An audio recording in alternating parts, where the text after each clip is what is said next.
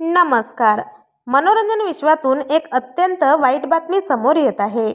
कारण एका 37 वर्षीय अभिनेत्रीने आत्महत्या केली असून 3 दिवसानंतर तिचा मृतदेह सापडला आहे. चला तर मग पाहूयात कोणती आहे ती सुप्रसिद्ध अभिनेत्री व काय आहे सविस्तर माहिती.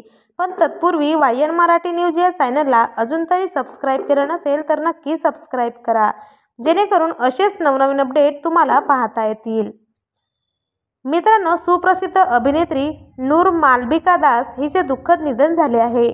नूर मालविका दास हिने तिच्या आतापर्यंतच्या करिअरमध्ये अनेक हिट चित्रपटांमध्ये महत्त्वपूर्ण भूमिका साकारल्या होत्या.